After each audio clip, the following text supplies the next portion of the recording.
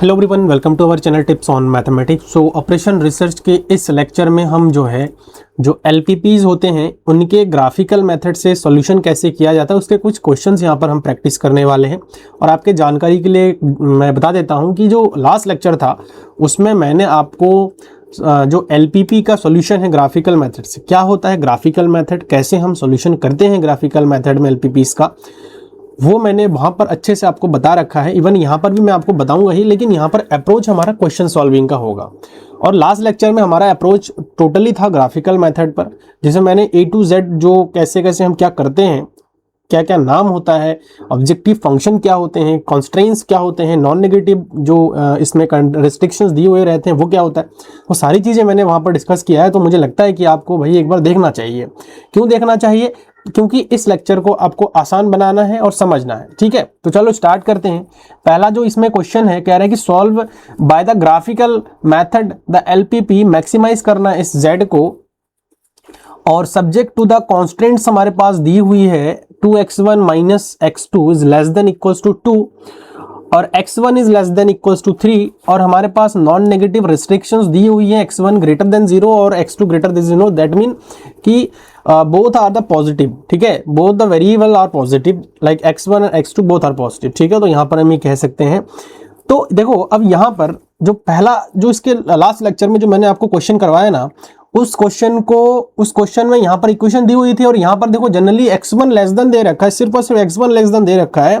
तो ये थोड़ा सा हमारे लिए टास्क है, टास्क कुछ नहीं है, बस हमें यहाँ पर थोड़ा सा अपना दिमाग लगानी पड़ेगी और सॉल्व करनी पड़ेगी। जस्ट सिंपल है।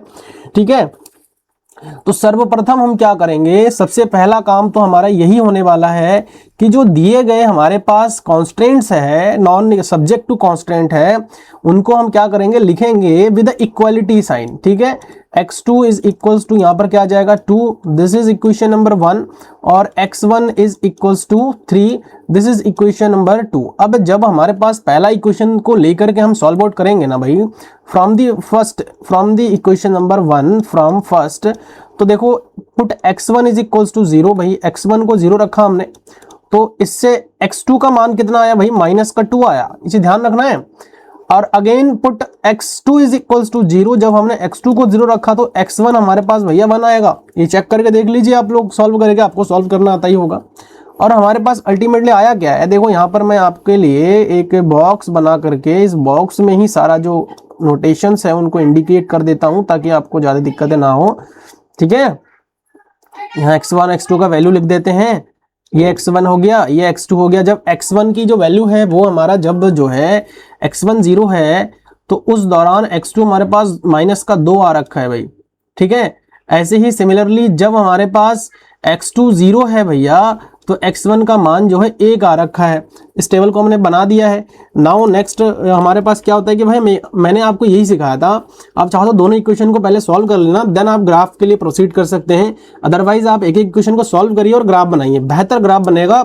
और ऐसा मैं इसलिए कह रहा हूँ ना, क्योंकि जब दोनों इक्वेशन आप सॉल्व कर लेते हो तो आपके पास पॉइंट्स काफ़ी सारे आ जाते हैं, तो उसमें थोड़ा कन्फ्यूजन का रहता ही है बच्चों के साथ। जनरली आप अगर फर्स्ट टाइम कर रहे हैं तो वहाँ कन्फ्यूजन क्रिएट हो सकता है, लेकिन अगर आप फर्स्ट टाइम कर रहे हैं और बिगिनर है और CSIR नेट गेट जैसे एग्जामिनेशन में आपको ऐसे क्वेश्चन को पुटअप करनी है, तो उस दौरान मुझे ऐसा लगता है कि आप 1 बाई 1 इक्वेशन को सॉल्व करने की कोशिश करिए, ज़्यादा ठीक रहेगा आपके लिए। ठीक है, ये तो वैसे ही मुंह जवानी सॉल्व हो जाता है, हालांकि मैं आपको बता ही रहा हूँ क्योंकि यहाँ कई सारे बच्चे हमारे साथ जुड़े होंगे, BA BBA BCA वाले या फिर यूनिवर्सिटी एग्जाम देने वाले बच्चे जुड़े होंगे, तो उनके लिए थोड़ा हेल्पफुल रहेगा, इसीलिए मैं यहाँ पर प्रॉपर तरीके से बता रहा हूँ। अदरवाइज शॉर्ट तरीके से भी हम इसको सॉल्व कर सकते हैं, बहुत शॉर्ट टाइम में हमारा ये सॉल्यूशन हो जाएगा। ठीक है, नाउ जब हमारे पास ये आ गया तो भाई हमारा नेक्स्ट कॉन्सेप्ट होता है कि भाई हम एक ग्राफ बनाएं और उस ग्राफ को अच्छे से प्लॉट करें। तो ग्राफ प्लॉट करने के लिए भाई आपको पता ही है क्या प्रोसीजर होता है। हम इस प्रकार से जो है x कोऑर्डिनेट y कोऑर्डिनेट हम बनाते हैं, और एक काम हम और करना पड़ेगा, यहाँ पर हमें इसको थोड़ा सा ना भैया बढ़ानी पड़ेंगी,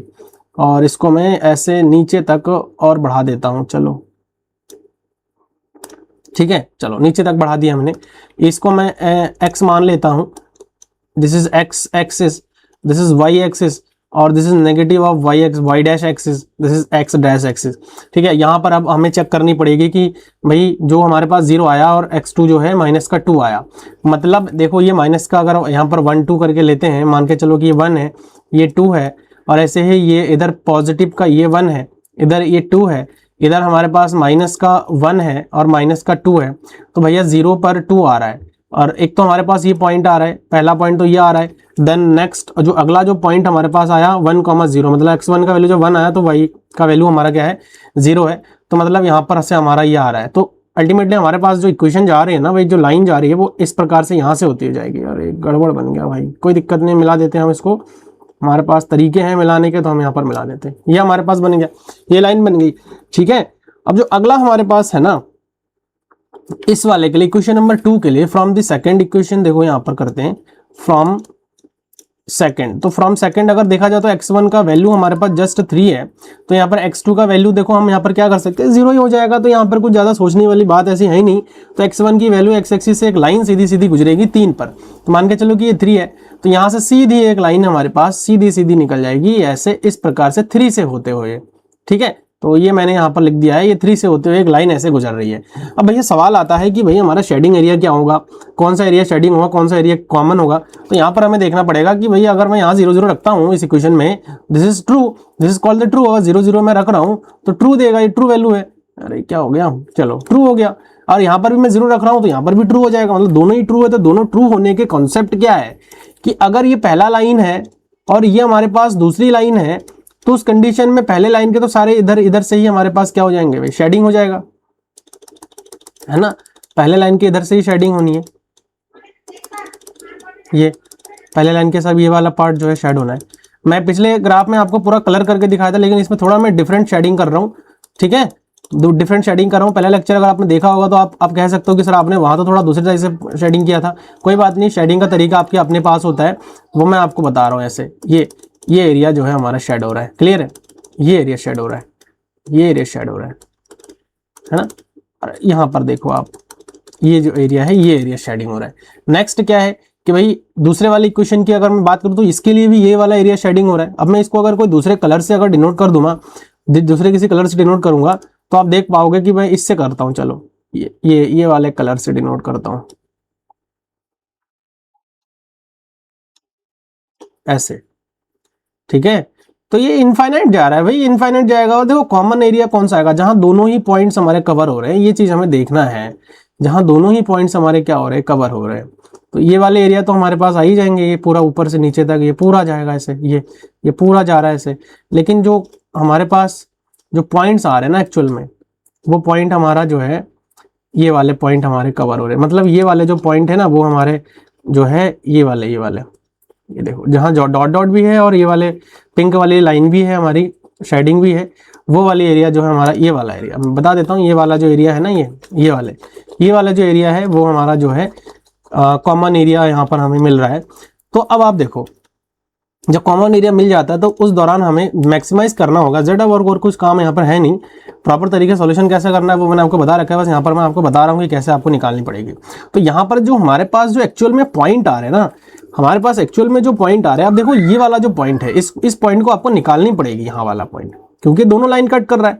तो दोनों लाइन कट कर रहा है, इसका मतलब क्या है कि अगर हमारे पास x1 की वैल्यू 3 है तो x2 की वैल्यू क्या आएगी, x1 की वैल्यू अगर 3 है तो x2 की वैल्यू क्या आएगी। तो देखो यहाँ से हम निकाल लेते हैं, इस वाले में हम रख देते हैं। तो 2 into 3 minus x2 is equals to 2। तो यहाँ से 6 minus x2 is equals to 2, इसको उधर भेज देते हैं, इसको उधर ले आते हैं, तो x2 इज इक्वल टू क्या आ जाएगा, 4 आ जाएगा। सिंपल है। तो यहाँ से क्या आएगा, एक पॉइंट हमारा जो ये जो वाला जो पॉइंट मिल रहा है, वो पहला पॉइंट तो 3 है, दूसरा पॉइंट हमारे पास क्या आ रहा है, 4 आ रहा है। ठीक है ना, क्लियर है भाई। तो मुझे लगता है कि आपके पास फिजिबल पॉइंट्स आपको मिल चुका है। अब जो यहाँ पर जो फिजिबल पॉइंट्स आ रहा है, एक तो हमारे पास 1,0 आ रहा है, देखो ये वाला पॉइंट आ गया है ना, ये वाला 1,0 वाला पॉइंट मिल गया है। एक ये वाला हमारे पास कौन सा पॉइंट है भाई, इस पॉइंट को भी हमें थोड़ा सा ध्यान रखना है। देखो बी पॉइंट भी हमारे पास, तो बी पॉइंट भी हमारे पास ये आ गया, ए पॉइंट आ गया और एक हमारे पास यहाँ से क्या आ गया, बी पॉइंट आ गया है। क्लियर है, बी पॉइंट आ गया है। अब x बराबर 3 वाला एक पॉइंट तो हमारे पास ये आ ही रहा है, यहाँ से अगर देखा जाए। तो अब हम यहाँ से क्या करेंगे कि जब हमारे पास, देखो हम मैक्सिमाइज z निकालेंगे, एट ए निकालते हैं। चलो एट ए हमारे पास क्या है, 1,0 है। तो z का मान यहाँ से कितना आ जाएगा, देखो z का मान अगर देखा जाए तो यहाँ पर 6x1 आ रहा है, तो 6 इंटू x1 की वैल्यू 1 है, माइनस यहाँ पर जो हमारे पास था 2x2 था, 0 हो जाएगा यहाँ पे। तो z का जो वैल्यू आ रहा है अल्टीमेटली यहाँ से हमारे पास आ रहा है 6, यहाँ से 6 आ रहा है। उसके बाद अगर मैं एट बी करूं, एट बी, बी हमारे पास क्या है 3,4 है, तो यहां पर z का मान कितना आ जाएगा 6 इंटू 3 आ जाएगा, माइनस 2 इंटू 4 आ जाएगा, तो 18 माइनस 8 हो जाएगा। मतलब यहां पर तो हमारे पास आ रहा है 10। ठीक है, यहां पर तो हमारे पास क्या आ रहा है 10 आ रहा है। अगर मैं देखो इस लाइन पर्टिकुलर इस लाइन पर बात करूं, क्योंकि लाइन भी तो है ना हमारे पास, जब x बराबर हमारे पास देखो ये पूरा ऊपर तक शेडिंग हो रहा है भाई, ये ऊपर तक कहां तक जाएगा हमें नहीं पता है, हमें इसके बारे में बिल्कुल नहीं पता है क्योंकि इनफाइनाइट शेडिंग हो रहा है। तो अगर x जो हमारे पास 3 आ रहा है, x1 का वैल्यू अगर हमारे पास क्या है 3 है, तो यहां से जो है हमारे पास क्या आ जाएगा, x1 की वैल्यू जब 3 आ जाएगा तो यहां से x2 जो हमारे पास आएगा वो इनफाइनाइट आ रहा है ऑब्वियसली, देखो यहां पर। और नीचे से भी सेम, अगर x1 की वैल्यू 3 आ रहा है तो x2 की वैल्यू नीचे से माइनस इनफाइनाइट से प्लस इनफाइनाइट तक पूरा पूरा जा रहा है। ठीक है, तो मैक्सिमम जो हमारे पास नंबर आ रहा है ना भाई, मैक्सिमम जो आ रहा है वो हमारे पास z आ रहा है। ठीक है, तो ये बहुत इंपॉर्टेंट कॉन्सेप्ट था इस क्वेश्चन के लिए। चलो आगे बढ़ते हैं। नेक्स्ट देखो, पिछला जो क्वेश्चन मैंने करवाया था ना उसमें मैंने आपको प्रॉपर सॉल्यूशन दिया था। प्रॉपर सॉल्यूशन मतलब आप कैसे एग्जाम में कर सकते हो। ये जो सॉल्यूशन मैं आपको दे रहा हूँ वो थोड़ा सा, अरे भाई ये तो बहुत लंबा चौड़ा चला गया है भाई, पूरा लाइन खींच गई। क्या करें यार, इसको हटाते हैं, इसको मैं मुझे लगता है हटा देता हूँ, इसको कट कर दें। कट हो गया है, कट हो गया है, लेकिन ये जो लाइन है यहाँ से चली गई है। अब इसको चलो इधर से कर लेते हैं, कोई दिक्कत नहीं है, यहाँ से कर लेते हैं इसको। ठीक है, बस हो गया। ठीक है, हो गया। चलो अब यहां से नेक्स्ट जो अगला क्वेश्चन है वो इसको देखते हैं हम। देखिए कह रहे हैं हैविंग मल्टीपल सॉल्यूशन। देखो जब मल्टीपल सॉल्यूशन होता है, अब तक तो हमने एक एक सॉल्यूशन देखा है, लेकिन कभी कभी ऐसा भी होता है कि एलपीपीज के मल्टीपल सॉल्यूशन भी हो सकते हैं, 2 मैक्सिमम वैल्यूज भी हो सकते हैं, 3 मैक्सिमम वैल्यूज भी हो सकते हैं, तो इसको मल्टीपल सॉल्यूशन कहेंगे। अगर मैं इस ग्राफिक इसको देखूं, सबसे पहला जो यहाँ पर हमारे पास इक्वेशन आएगा वो x1 जो आएगा, x1 plus 2x2 is equals to क्या आ जाएगा 2000, x1 plus x2 is equals to 1500, और यहां पर जो है आ जाएगा x2 जो आएगा वो हमारे पास 600 आ जाएगा सिंपली इस इक्वेशन के थ्रू, और नॉन नेगेटिव कांस्टेंट हमारे पास दी हुई है।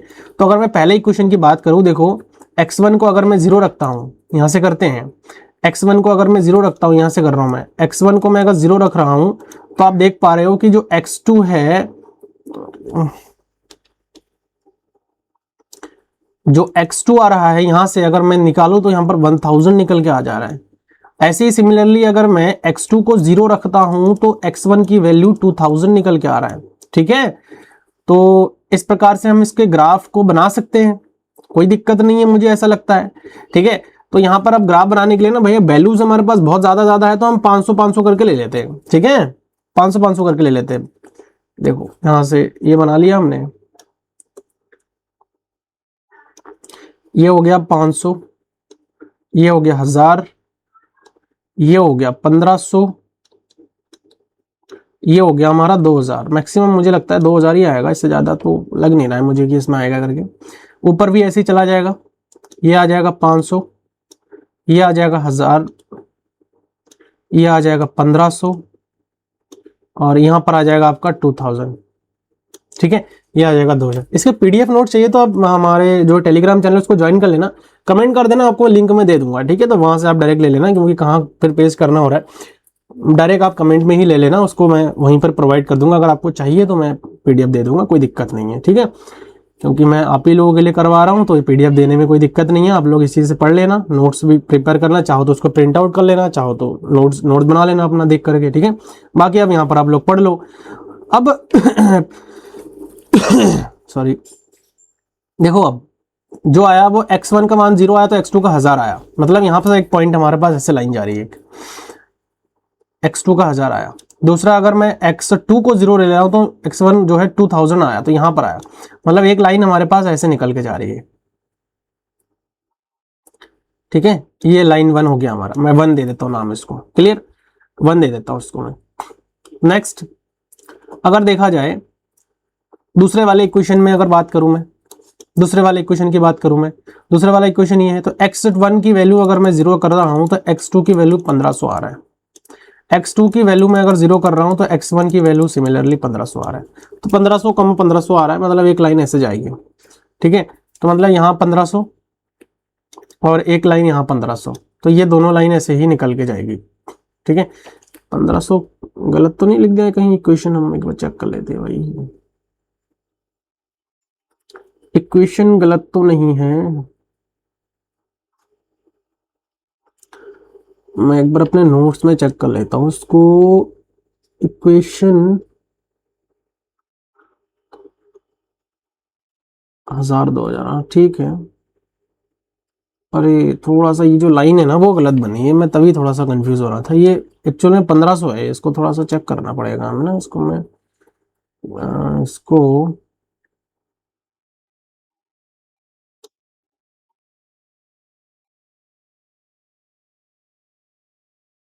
ऐसे बन जाता तो ठीक है, नहीं बनता तो डिलीट कर देंगे इसको। हटाओ इसको, कोई फायदा नहीं है, इसको डिलीट ही करनी पड़ेगी।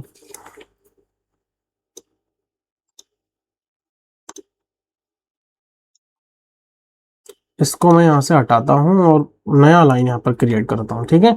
1000 से 2000 पर वाला लाइन यहाँ पर बननी थी, वो थोड़ा सा गड़बड़ हुआ है हमारा।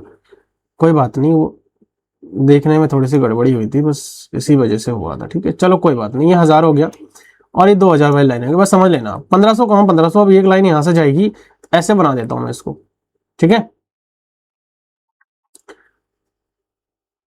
1500 1500 इसमें से जाएगी ये लाइन, ठीक है।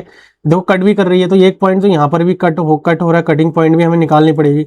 एक लाइन हमारे पास और ही बच रही है, दूसरी वाली लाइन है, और एक लाइन अभी और बचेंगी हमारी, ठीक है, और बचेंगी। और वो जो लाइन है वो है हमारा x2 इज इक्वल टू 600 है, ठीक है। x2 इज इक्वल टू 600, इसका मतलब क्या है कि 600, ये हमारे पास मान के चलो कि यहाँ से 600 हो रहा है, तो एक लाइन में ऐसे ले लेता हूँ ग्रीन वाली कलर से, 500 मान के चलता हूँ, 600 यहाँ से आ जाएगी सीधी एक लाइन ऐसे। तो एक्चुअल में क्या है ना, मैं आपको थोड़ा सा और बता रहा हूँ। ये जो लाइन है ना वो हमारे इसके जस्ट थोड़ा सा ऊपर से जाएगी, ये ध्यान रखना, ये ऐसे सीधी हो गई है, ठीक है।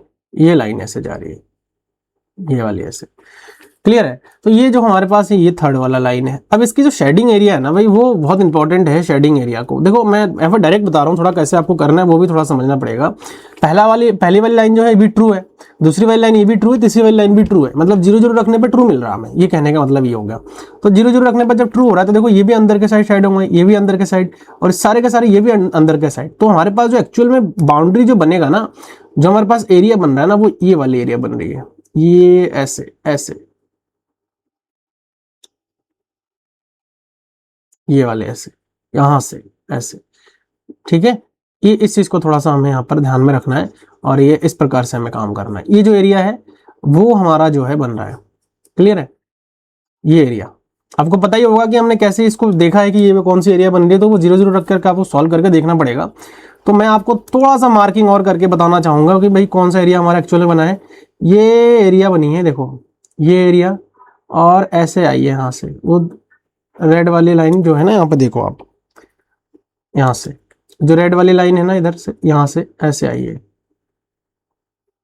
ये ऐसे आई है, ठीक है। ये वाली एरिया बनी है हमारी एक्चुअल में, ये वाले एरिया। तो यहाँ से अब बेसिक फिजिबल सॉल्यूशन आपको मिल गया है। अब बेसिक फिजिबल सॉल्यूशन जब मिल गया है तो आपको पता ही होगा कि जब हमारे पास देखो कौन कौन से पॉइंट्स आ रहे हैं। एक तो ये वाले पॉइंट हमारे पास आ रहे हैं, एक ये वाली पॉइंट आ रही है। अब जब यहाँ पर जो कटिंग पॉइंट निकालने की बारी आ रही है ना, एक तो ये वाली पॉइंट आ रही है यहाँ पर कट, एक यहाँ वाला पॉइंट भी आ रहा है ग्रीन और ये रेड वाला, ठीक है, और एक यहाँ वाला एक पॉइंट भी आ रहा है। ये दो पॉइंट आ रहे हैं यहाँ पर, इस चीज का ध्यान रखिएगा, यहाँ पर दो पॉइंट्स है। तो अब इन दोनों पॉइंट्स के लिए हमें कटिंग पॉइंट निकालनी पड़ेगी। देखो ये वाली पॉइंट तो आपको पता ही है, तो पहला वाला जो पॉइंट है देखो यहाँ पर मैं करता हूँ इसको, यहाँ से करता हूँ मैं एक टेबल बनाता हूँ, और उसमें हम z को मैक्सिमाइज करेंगे, ठीक है, z को मैक्सिमाइज करेंगे। तो ये हमारे पास हो गई, और ये हमारे पास हो गए पॉइंट्स के लिए, ठीक है। यहाँ पर मैं लिख देता हूँ पॉइंट्स। सबसे पहला पॉइंट है हमारे पास ए पॉइंट है 0,0, क्लियर है। दूसरा पॉइंट हमारे पास है बी पॉइंट, जो कि है 1500,0, ठीक है, 1500,0 आ जाएगा। ये हो गई हमारी दूसरी लाइन। सी पॉइंट अब आएगा, तो सी पॉइंट ना हमें बच्चों निकालनी पड़ेंगी। तो सी पॉइंट कैसे निकालेंगे, हमें इन इक्वेशन को सॉल्व करके निकालनी पड़ेंगे। देखो यहां से हमारे पास ये ब्लू वाली लाइन आ रही है, और ये जो रेड वाली लाइन आ रही है, यहां पर कट हो रहा है ये, ठीक है ना। तो यहाँ ब्लू वाली जो लाइन है और रेड वाली जो लाइन है उसको देखो 1 और 2 है, तो 1 और 2 को हम सॉल्व करेंगे। तो 1 और 2 को यहाँ सॉल्व करते हैं, देखो ये 1 हो गया, ये 2 हो गया। तो 1 और 2 को जब हम सॉल्व करेंगे तो क्या मिल रहा है, देखो यहाँ से ये तो कट जाएगा हमारे पास, हम घटाएंगे तो यहाँ से जो x2 आ रहा है वो हमारे पास आ रहा है कितना, 500 आ रहा है। और अब x1 का मान हम किसी में भी रख देंगे तो x1 का जो मान आएगा वो भैया 1000 आएगा, ठीक है, 1000 आ जाएगा। तो 1000 को 500 आ जाएगा, मतलब दूसरा पॉइंट। ये बहुत ज्यादा टाइम कंज्यूमिंग नहीं है भाई, मैं इतना तो आपको समझाने के लिए कर रहा हूँ, ठीक है, इतना करनी ही नहीं है आपको। 1000 500 यहाँ पर आ जाएगा, ठीक है। ये सी पॉइंट भी हमारा निकल गया है। अब ऐसे ही और भी एक एक्सट्रीम पॉइंट निकालनी पड़ेंगी कॉर्नर से, डी पॉइंट। डी पॉइंट क्या आएगा, डी पॉइंट के लिए देखो क्या तरीका है, इसलिए मैंने अलग अलग कलर से आपको दिखाया है, ठीक है। ये एग्जाम में थोड़ा सा आपको ध्यान से करनी पड़ेगी क्योंकि वहां आपके पास एक ही कलर होता है, पेन होगा या पेंसिल होगा, ठीक है। तो यहाँ पर देखो ये कौन सी लाइन है, ये फर्स्ट वाली लाइन है और थर्ड वाली लाइन है। तो भैया फर्स्ट वाली लाइन और थर्ड वाली लाइन से सॉल्व करो। ये फर्स्ट वाली लाइन है और ये थर्ड वाली लाइन है, ठीक है, इसको थर्ड लिखेंगे। तो फर्स्ट देखो ये x2 आया, बस 600 आ रहा है, x2 का मान यहाँ पर अगर रखेंगे तो 6 दूनी 1200 आ रहा है, 200 आ रहा है, यहाँ से 800 आ जाएगा, ठीक है।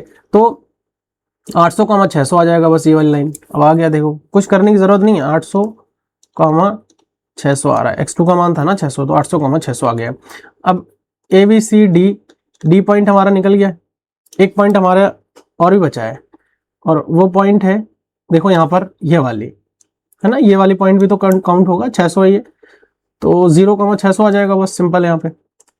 ई पॉइंट 0,600 आ जाएगा। 1 2 3 4 5 पॉइंट हमारे पास जो है आ जाएगा,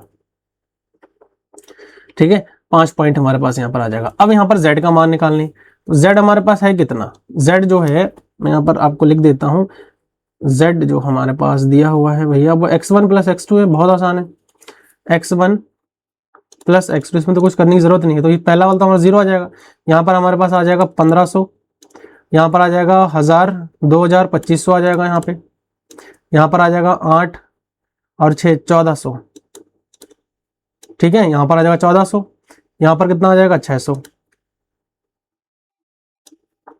ठीक है, यहाँ पर आ जाएगा कितना 600, कहीं गलत तो नहीं हो गया, 500 है, 500, ठीक है, 1500 हो जाएगा ना, यहाँ पर हो जाएगा हमारा 1500। तो आप लोग देख पा रहे होंगे कि जो वैल्यू है, दो मैक्सिमम वैल्यू हमें मिल रहा है, एक तो ये मैक्स मिल रहा है, एक ये मैक्स मिल रहा है। तो हमारे पास दो मल्टीपल सॉल्यूशन है, जब मल्टीपल सॉल्यूशन होता है तो इस प्रकार से हो सकता है, ऐसा कुछ भी नहीं है, मल्टीपल सॉल्यूशन भी पॉसिबल है, क्लियर है। तो ये क्वेश्चन भी मुझे लगता है कि आपको समझ में आ गया है। अगला एक क्वेश्चन और है, इस क्वेश्चन को भी देखो आप, हैविंग नो फिजिबल सॉल्यूशन, जब कोई फिजिबल सॉल्यूशन ही ना मिले, मैं आपको सिर्फ ग्राफ बना करके दिखाऊंगा, इसको मैं बहुत ज्यादा सॉल्यूशन नहीं करूंगा इसके लिए, ठीक है। हैविंग नो फिजिबल सॉल्यूशन, तो सबसे पहला तो हमें ग्राफ को चेक करनी पड़ेगी भाई, ग्राफ बनानी पड़ेगी। ग्राफ बनाने के लिए सबसे पहला आपको पता ही है कि जो ये इक्वेशन दी हुई है इनको हम इक्वालिटी के साइन के साथ जो है क्या करते हैं, चेक करते हैं। तो इक्वालिटी का जो साइन होता है उसके साथ जो है हम इसको क्या करेंगे, लिख लेंगे, ठीक है। तो इक्वालिटी के साइन में हमारे पास क्या आ जाएगा, x1, अरे x1 minus x2 is equals to -1। दूसरा हमारे पास क्या है, x1 plus x2 is equals to 0, ठीक है, दो ही इक्वेशन है। तो अब जब दो इक्वेशन आ गया है तो हम पहले इक्वेशन से अगर देखो, पहले इक्वेशन को सॉल्व करते हैं, यहाँ पर करते हैं। तो मैं x1 को अगर 0 लेता हूं तो x2 हमारे पास जो आ रहा है 1 आ रहा है, ठीक है, और x2 को अगर मैं 0 लेता हूं तो x1 का वैल्यू -1 आ रहा है। तो हमें ग्राफ यहाँ से ड्रॉ करना शुरू कर देंगे, बहुत ज़्यादा नहीं करेंगे, अब ग्राफिकल मेथड है तो बस ग्राफ से ही हमें सारा आइडिया लगानी है। तो अब यहाँ पर हम सीधा ग्राफ पर ही बात करेंगे, बहुत ज़्यादा इधर उधर नहीं करेंगे, ठीक है, ग्राफ से ही करेंगे हम, ठीक है। तो देखो पहला वाला जो यहाँ पर हमारे पास आया है ना, यहाँ पर 2 4 6 करके भी ले सकते हैं, तो वो हमारे लिए ठीक भी रहेगा। 1 2 3 करके भी ले सकते हैं, जैसा भी आपको ठीक लग रहा है वैसा आप ले लीजिए। मैं 1 2 3 करके लिख रहा हूँ, 1 2 3 4 5, इस प्रकार से 1 2 3 4 5 लिख भी देता हूँ, 1 2 3 4 5, 1 2 3 4 5। ये आर्टिफिशियल ग्राफ हम कह सकते हैं इसको, क्योंकि हम बना रहे खुद से ही, तो यहाँ पर थोड़ा सा ऊपर नीचे हो सकता है, आप ग्राफ पेपर में बनाएंगे तो ज़्यादा ठीक रहेगा, ठीक है। तो पहला वाला देखो यहाँ पे 0,1 आ रहा है, मतलब 0,1 आ रहा है, इसका मतलब ये चीज जाएगा 0,1 यहाँ पर। और दूसरा वाला जो यहाँ से आ रहा है वो आ रहा है 0,2 मतलब -1, 0 आ रहा है, तो -1, 0 मतलब -1 तो भैया आपके नीचे आएंगे, यहाँ पर आएगा, ये पॉइंट है -1 वाला, ठीक है। -1, 0 आ रहा है, ये आ रहे हैं, यहाँ पर आ रही है ये चीज, ठीक है। क्यों गड़बड़ नहीं हो गया भाई?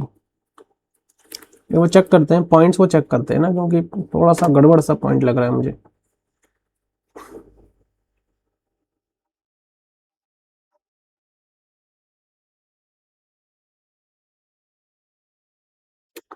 x1 की जो वैल्यू है वो अगर 0 है तो x2 का वैल्यू देखो -1 नहीं आ रहा है, प्लस का ही 1 आ रहा है, बिल्कुल सही किया है, ठीक है। x2 का वैल्यू प्लस का 1 आ रहा है, x1 0 आ रहा है, मतलब x हो गया वही हो गया, तो ये आ रहा है, ठीक है। और फिर दूसरा वाला पॉइंट हमने तो गड़बड़ किया है मुझे ऐसा लग रहा है। हाँ ठीक है, x2 का वैल्यू जब हमारे पास 0 है तो x1 की वैल्यू -1 है, ठीक है ठीक है ठीक है। ये -1 इधर जाना चाहिए ना x1 की वैल्यू, तो यहाँ से मतलब ये जो लाइन है वो सीधी से निकल जाएगी, तो मैं यहाँ पर बना देता हूँ, ये -1 है तो ये वाली पॉइंट यहाँ से मिलेगी, तो मतलब एक जो लाइन हमारे पास जा रही है वो अब ऐसे जा रही है सीधी, ठीक है, ऐसे जा रही है, ये सीधी जा रही है ऐसी, क्लियर है। अब देखो इसकी जो शेडिंग एरिया है वो किधर बननी है, देखो अगर मैं यहाँ 0 0 ले रहा हूं तो आप एक चीज देख पा रहे हो कि जो है लेस देन इक्वल्स टू -1 है, तो क्या -1 से लेस है 0? नहीं है ना। तो अब देखो यहाँ पर हमारा जो शेडिंग एरिया है वो हमारा अंदर के साइड में नहीं आएगा, ये इसके अंदर के साइड ही ध्यान रखना ही चाहिए, बहुत कंफ्यूजन होता है यहाँ पे। तो अब इसका जो एरिया आएगा वो हमारा ये वाली एरिया आएगी, ये ऊपर वाली एरिया आएगी, ठीक है, ये वाली एरिया आएगी। और एक लाइन और है, अब इस लाइन को भी करते हैं, देखो ये वाली लाइन 0 0 आ रहा है, मतलब x1 का वैल्यू भी 0 आ रहा है, x2 की वैल्यू भी हमारे पास क्या आ रहा है, 0 आ रहा है, मतलब यहाँ से एक लाइन जो हमारे पास जाएगी वो 0, 0 से होती हुई निकलेगी सीधी, यहां से ये इस प्रकार से निकलेंगी, ऐसे सीधी निकलेंगी। क्या हो गया, थोड़ा सा गड़बड़ हो गया मुझे लग रहा है ऐसा, कोई नहीं, इसको हटाते हैं, फिर इसकी जो लाइन है वो ड्रॉ करते हैं, ठीक है। ऐसे देखो, ऐसे ये 0 0 से ऐसे होते हुए सीधे निकलेंगे ऐसे, तो इसको मैं ऐसे बना देता हूं। अब इसकी जो एरिया है वो देखो कैसे शेडिंग होना है, 0 0 इक्वल मतलब ट्रू है, ये वैल्यू तो ट्रू है भाई, जब ये वैल्यू ट्रू है तो इसके अंदर के साइड से मैपिंग हो जाना, इधर से इधर से इधर से मैपिंग होना है। तो आप देखो दोनों में कोई भी एक पॉइंट ऐसा नहीं मिल रहा है जो कि फिजिबल सॉल्यूशन हो, है ना, फिजिबल सॉल्यूशन नहीं मिल रहा है, तो यहाँ से जो है ये फिजिबल सॉल्यूशन हमारा नहीं मिल रहा है, मतलब पॉइंट जो है कट होना चाहिए। इसके प्रीवियस में मैंने जितने भी क्वेश्चन बताया उसमें पॉइंट कहीं ना कहीं कट हो रहा था, इंटरसेक्ट हो रहा था, या फिर कॉमन शेडिंग एरिया आ रहा था। जब कॉमन शेडिंग एरिया आ ही नहीं रहा है तो there is no feasible solution, no feasible solution, ठीक है। तो ये चीज आप थोड़ा ध्यान रखना, कोई फिजिबल सॉल्यूशन इसका जो है नहीं आएगा, क्लियर है। तो मुझे लगता है कि आपको समझ में आ गया है। अब ना एक अनबाउंडेड सॉल्यूशन का हम यहाँ पर केस डिस्कस करेंगे। देखो अनबाउंडेड सॉल्यूशन वाला केस क्या है, यहाँ पर जो है ये जो इक्वेशन है, देखो इसमें हमें क्या करना है, मैक्सिमाइज करनी है, अच्छी बात है। पहला वाला इक्वेशन है, इसको हम इक्वालिटी के साइन के साथ x1 minus x2 is equals to 0। दूसरा वाला इक्वेशन है माइनस का 0.5 x1 plus x2 is equals to हमारे पास क्या आ रहा है, 1 आ रहा है। अब इसका ग्राफ डिनोट करेंगे, अगर ये 0 है, ये 0 है, दो भी 0 होगा, जब 0 0 हो रहा है तो भाई x1 भी 0 x2 भी 0, तो एक पॉइंट हमारे पास 0 0 से होकर के जाएगी सीधी सीधी, तो यहाँ से निकालेंगे हम। देखो ग्राफ बनाना आना चाहिए आपको, अगर ग्राफ बनाना आपको नहीं आता है तो वो थोड़ा सा आपको दिक्कत कर देगा, समझ में भी नहीं आएगा कि हम कैसे कैसे बना रहे हैं। तो एक लाइन तो हमारी ऐसे सीधी जाएंगी 0 0 से, मैं इसको क्या करता हूँ, यहाँ से लकीर खींच देता हूँ ऐसे, ठीक है, 0 0 से होकर के चली गई। दूसरी वाली जो लाइन आ रही है वो देखो ये आ रही है, तो मैं अगर x1 की जो वैल्यू है उसको मैं 0 ले रहा हूँ तो x2 की वैल्यू 1 आएगी, और दूसरे तरफ से अगर मैं x2 की वैल्यू को 0 लेता हूँ तो x1 की जो वैल्यू आएगी, x1 की जो वैल्यू आएगी वो क्या आएगा भाई, क्या आएगा, ये 0 हो गया, तो यहाँ पर माइनस का 1 अपॉन, और इसको मैं लिख सकता हूँ 1/2, तो मैं 1/2 को ऊपर ले जाऊंगा तो 2 आ जाएगा, मतलब यहाँ पर आ जाएगा सिंपल, मैं इसको हटा करके डायरेक्ट 2 लिख देता हूँ, क्लियर है, 2 लिख देता हूँ मैं। तो यहाँ से देखो अब पहला जो पॉइंट आया हमारे पास 0, 1 आया, और दूसरा जो पॉइंट आया वो हमारे पास आया है -2,0 आया है। ठीक है, तो -2,0 आया है। तो अब -2 हमारे पास मान के चलो कि इधर ही होना है। इसको मैं थोड़ा और आगे बढ़ा दूं, यहां से बढ़ा देता हूं, कोई दिक्कत नहीं है। ये -1 हो जाएगा, ये -2 हो जाएगा, मान के चलता हूँ मैं, यहाँ -2 है तो -2 इधर हो जाएगा। और दूसरा हमारे पास क्या है 1 है, 0,1 है। तो अगर ये 1 है यहाँ से मान के चलो, तो ये जो लाइन है वो ऐसे ही होकर के जाएगी। तो उसको मैं ग्रीन कलर से दिखा देता हूँ।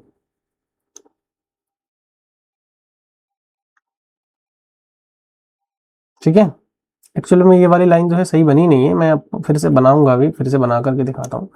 लाइन एक्चुअली में दोनों ठीक नहीं बनी है, क्योंकि ये ग्राफ पेपर में सबसे बढ़िया बनता है, और ग्राफ पेपर से ही मुझे लगता है कि बनाना भी चाहिए, क्योंकि उससे ही हमारा कॉन्सेप्ट ज़्यादा क्लियर हो सकता है। ठीक है, चलो इसको मैं अब ऐसे यहाँ से बना करके दिखाता हूँ। ठीक है, ये लाइन हमारी ऐसे बन जा रही है, ऐसे जाएगी। एक्चुअली में फिर से नहीं गई है, वहां से मैंने जो पॉइंट जो लिया था ना, वहां से गई नहीं है लाइन एक्चुअली में। अब मैं यहाँ से लेता हूँ उसको।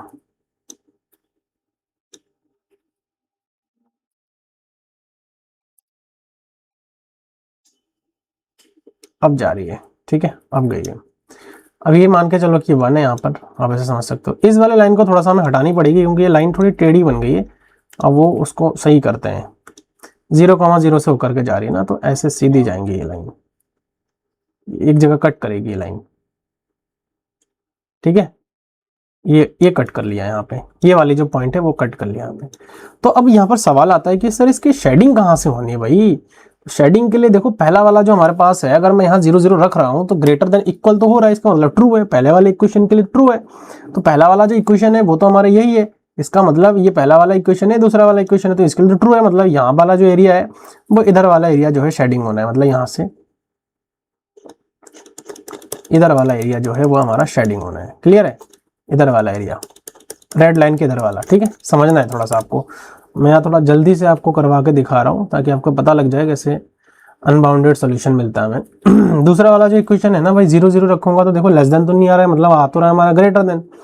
क्लियर है, आ तो रहा है हमारा ग्रेटर। यहाँ पर देखो ये जो है ये 0 हो गया, ये भी 0 हो गया, तो हाँ ठीक है, ये भी ट्रू है, ये भी ट्रू है। तो ये भी ट्रू है, तो इसका मतलब क्या है कि ये भी हमारा कहीं ना कहीं जो है, इसको मैं किसी दूसरे कलर से दिखाता हूँ, इसको मैं येलो ले लेता हूँ। ठीक है, तो ज़्यादा ठीक रहेगा। तो देखो ये भी हमारा ट्रू हो जाएगा, तो मतलब ये वाला भी हमारे पास क्या आ जाएगा, इधर से आ जाएगा ऐसे। ठीक है, ये ग्रीन वाली लाइन। तो आप एक चीज देख पा रहे हो कि ये जो लाइन है ना भाई, वो अनबाउंडेड सॉल्यूशन है। किधर, इधर कोई हमारे पास एरिया है बाउंडेड वाली, कोई बाउंडेड वाली एरिया है ही नहीं। जब बाउंडेड वाली एरिया है नहीं, तो अनबाउंडेड सॉल्यूशन हमारे पास यहाँ पर जो है क्या मिल जाएगा। अब देखो अनबाउंडेड सॉल्यूशन के केस में क्या होता है कि कोई भी हमारे पास मैक्सिमम वैल्यू को अटेन करना पॉसिबल ही नहीं होता है। तो इसीलिए यहाँ पर z जो है हमारे पास अनबाउंडेड हो जाएगा, और मैक्सिमम जो वैल्यू है यहाँ पर अटेन करना थोड़ा सा हमारे लिए मुश्किल हो जाता है। इसीलिए यहाँ पर जो है हम अनबाउंडेड सॉल्यूशन बोल देंगे। ठीक है, तो मुझे लगता है कि आज इस लेक्चर में जितना ही मैंने आपको बताया है वो अच्छे से क्लियर हो गया है। किसी प्रकार का कोई डाउट्स वगैरह कुछ है तो आप कमेंट बॉक्स में लिख सकते हैं। मिलेंगे नेक्स्ट वीडियो में। Thank you so much.